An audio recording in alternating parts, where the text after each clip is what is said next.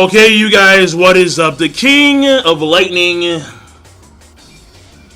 is here today to do Naruto chapter 681 review.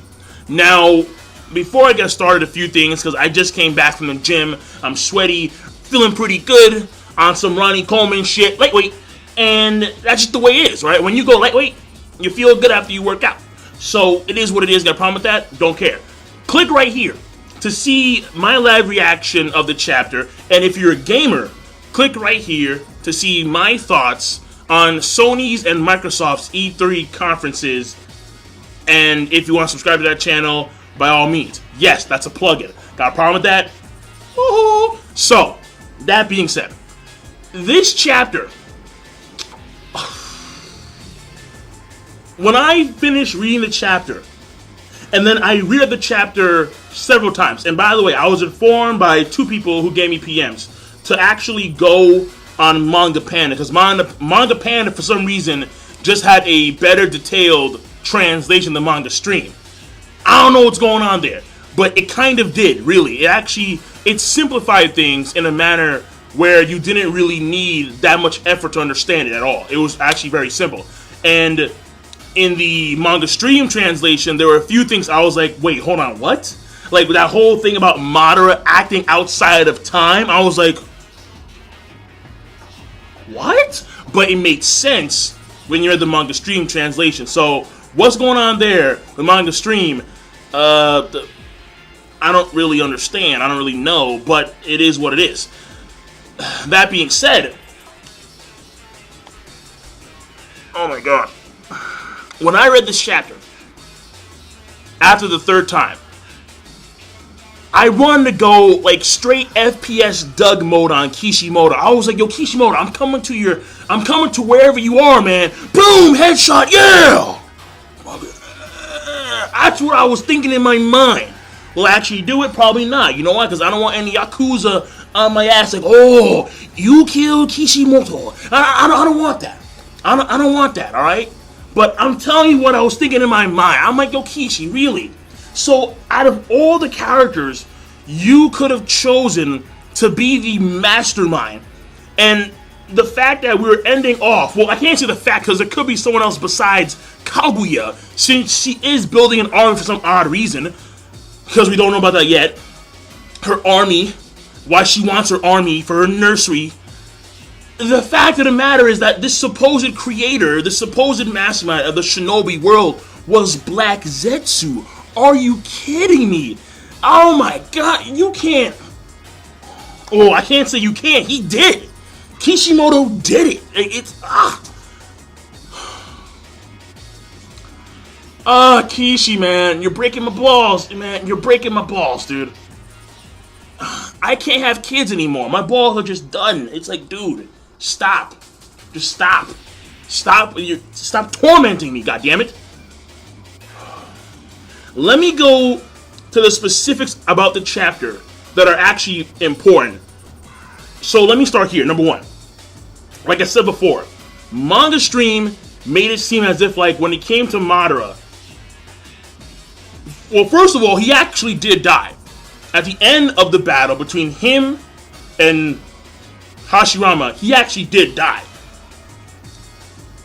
But the way Manga Stream translated it, it seemed as if, like, Madara was acting outside of time. Whatever the fuck that means. And he was able to come back to life on something like that. Now, I understand what they meant. Well, I understand the context of those panels when I read the Manga Panda translation. Because the Manga Panda translation just simply said, well, basically the Mangekyo Sharingan can have a preset jutsu in it. And that's what happened. The Izanagi was preset, so when Madara died after a period of time, it activated and he came back to life. But he still was able to alter reality or change reality. So there is some degree, I mean, okay, alright, you know, fine. You know what, here's the thing, alright. I guess in the sense when you compare Danzo's Izanagi to Madara at that point in time had an eternal Mangekyo Sharingan. if I'm not mistaken. He had an EMS. Danzo had a regular base Sharingan.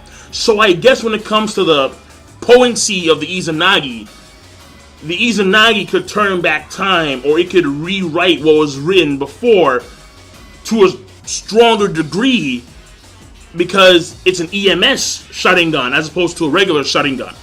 So for Danzo, it was like a few seconds time. And for Madara, it was like straight up probably a few damn days. So, like, I don't want to buy it, because to me, it's like, really? It's like, dead ass? I'll give Madara credit. That's a pretty solid deal right there. And Togurama hid his corpse in the mountains so no one could get to it, because his body would be a quote-unquote treasure trove for other shinobi who want intel on the Sharingan and the Uchiha and Konoha in general. But still, I was like, fuck, dude. Like, really, Madara? Like, you my boy, man. Like, I mean, listen, I know even still people are like, oh, well, Madara. No, Madara's my boy. All right, but still, it's like, fuck. It's like, fuck. Like, that's kind of, that's a bit too much, altering reality. But it is what it is. That's number one. Number two, we actually get to see the face of Homura. I liked it, all right? And Homura rocking the Byakugan. So this, because I don't know if Homura had kids or not. That's not confirmed. Because people are now saying that since we see Homura, he must have had kids. And therefore his descendants are the Hyuga. And people are also branching off to the Nara and the Akamichi and the Kiba's clan. I don't know. It's not confirmed if he had kids or not.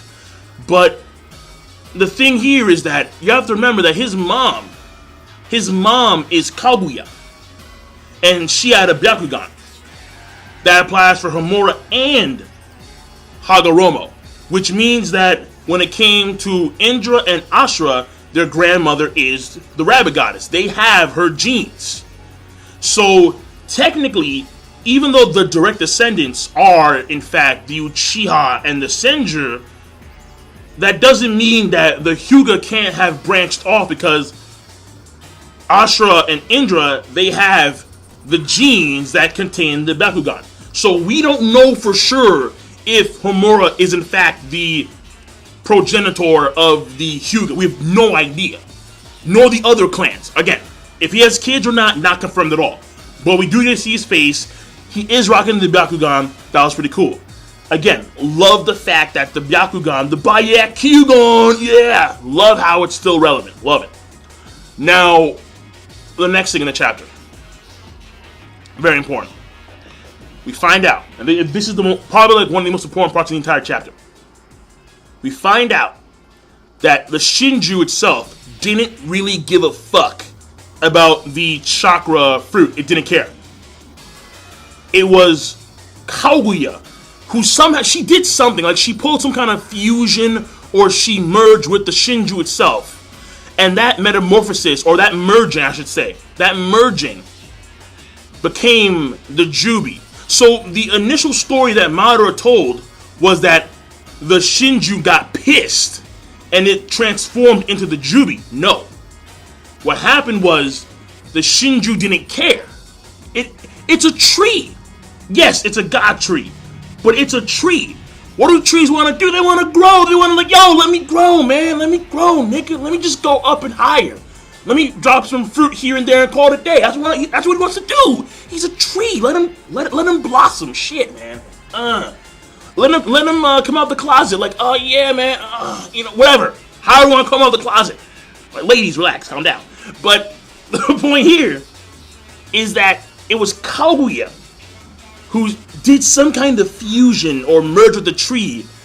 And I don't know how this works, but apparently her will superseded the will of the Shinju itself, and lo and behold, the Jubi was born. So we don't know what happened, but something happened where Kaguya got fed up with her kids, or maybe her kids did something to her, because at the end of this chapter she says flat out, I hate you guys. Hagoromo, Homura, I hate you guys. I detest you guys. And we don't know what happened specifically to cause that hatred. I mean, it may have been them sealing her. Probably not. No. It was probably, no, it was before then. Because she chose to be with the Shinju and become the Jubi. So again, the question here is that what caused that? And the end result is the confirmation of what actually occurred on in the moon. Because when it comes to this particular story, there have been multiple different stories. But now we get the real full-on story. What is that story? Kaguya is the Jubi. She's a part of it. She makes half or 30%, I don't know, whatever. And plural, the sons. Plural. It wasn't Hagoromo by himself. It was plural. It was Hagoromo and Homura. With their jutsus, they were able to create this Chibaku Tensei, which became the moon. And they made her the core of that moon. So that's what it is. So, sorry for all the form cats, but according to what was stated in this chapter, it looks like in order to reach moon level, it has to be a dual thing. It has to be a dual thing between brothers, some sealing jutsu, which they want to do again. I think Sasuke and Naruto are going to try it again, because at the end of the chapter, Naruto says, we need to use that jutsu. And I mean, because people reference Jiraiya in this as well, how like Jiraiya may have taught Naruto some kind of a sealing jutsu, and they have to use that jutsu in order to beat Kaguya. I mean, I figured, you know what, fucking do the Shinigami Death God thing, and then put her in the damn belly of the Death God. She's trapped there forever, and she fights eternally against something. I don't know. Do that. But then someone has to die. So maybe Naruto's gonna die. Oh my god. Maybe the fight... No. According to Kishimoto, that fight's still going down. Just in this sense, probably not a death battle. Death battle! No. Like Goku and Superman, no. And by the way, you know, a little bit of a reference point right there. Goku vs. Superman, to me, the winner was obvious as fuck. I'm just saying. But either way, point here is that death battle, probably not the case. Probably gonna be like, okay, so we're gonna battle, see who comes to Hokage. A friendly matchup. Something like that. But either way, at this point in time, sealing her is their only option. They can't kill her because she's just too damn good. So they gotta seal her ass. That's the way it is. Will they use the moon? Will it be the Death God? We don't know. Wait and see. Now, when it comes to what Kaguya did at the beginning of the chapter, I mean, I'm thinking two things. Either one, she somehow altered space and made like a pocket of some kind and like came out of it to pretty much like sneak attack Naruto and Sasuke. And mind you, these two guys right now, their sensory abilities are off the charts. And they couldn't even perceive her until it was too late. And by the time they turn around, she's already like right here. Like, ugh. I'm like, whoa, Kaguya, chill. She's already right there in their faces. So it's either A, space-related jutsu, or B, a dimension-type jutsu, where she created a small pocket dimension and she like came out of the other side. Something like that. Again, it's very possible because she is the rabbit goddess. She is the progenitor of all chakra. She is. So that's like the last thing in the chapter that I think is actually very important. I mean, we find out that later on from Black Zetsu that apparently when it came to the white Zetsu clones, they are actually people who were formerly in Infinite Tsukuyomi, which then implies that Infinite Tsukuyomi occurred before in the past, which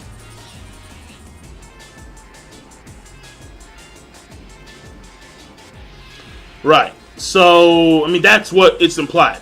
And basically, we have the wrapping up of all the things like Madara, and how apparently Black Zetsu, he first started off with Indra. After Indra lost his war of Ninsha, he came to Indra. He rewrote the stone monument in the Uchiha hideout. He was able to lead Kabuto into fighting Madara's corpse. He tricked Madara into believing that it was his will that he put inside the Zetsu, the white Zetsu, and so on and so forth. The Akatsuki, everything.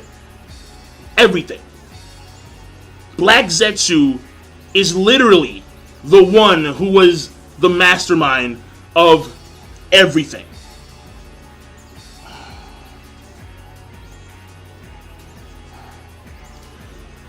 This shit has more plot twist than a fucking Twizzler. I swear, I shit you not.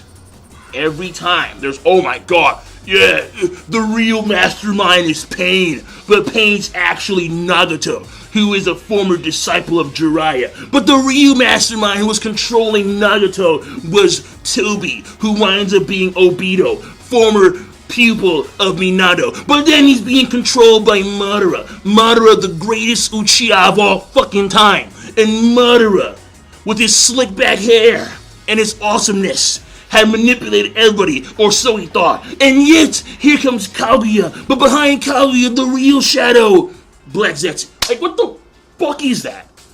Black Zetsu, really? Really? Kaguya didn't do a damn thing! Kishi!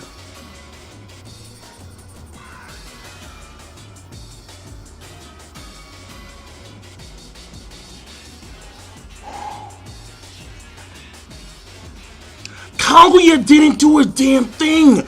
All she did was spawn this thing. All she did was spawn Black Zetsu, and Black Zetsu went to work. Fuck. Black Zetsu. No. That's lame. That's really fucking lame. That's lame, man. Oh my god. Oh no. Oh no. When I finally realized that, when I finished reading the chapter, that Black Zetsu was the ultimate mastermind, and Kaguya didn't really do anything, because she was sealed, and she couldn't really do, she couldn't do shit. When I found that out, I was like, oh my god.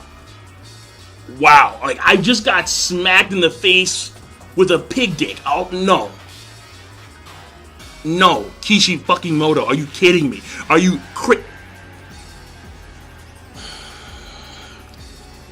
I can't give this chapter a rating because the more and more I think about it, the more and more flustered I get.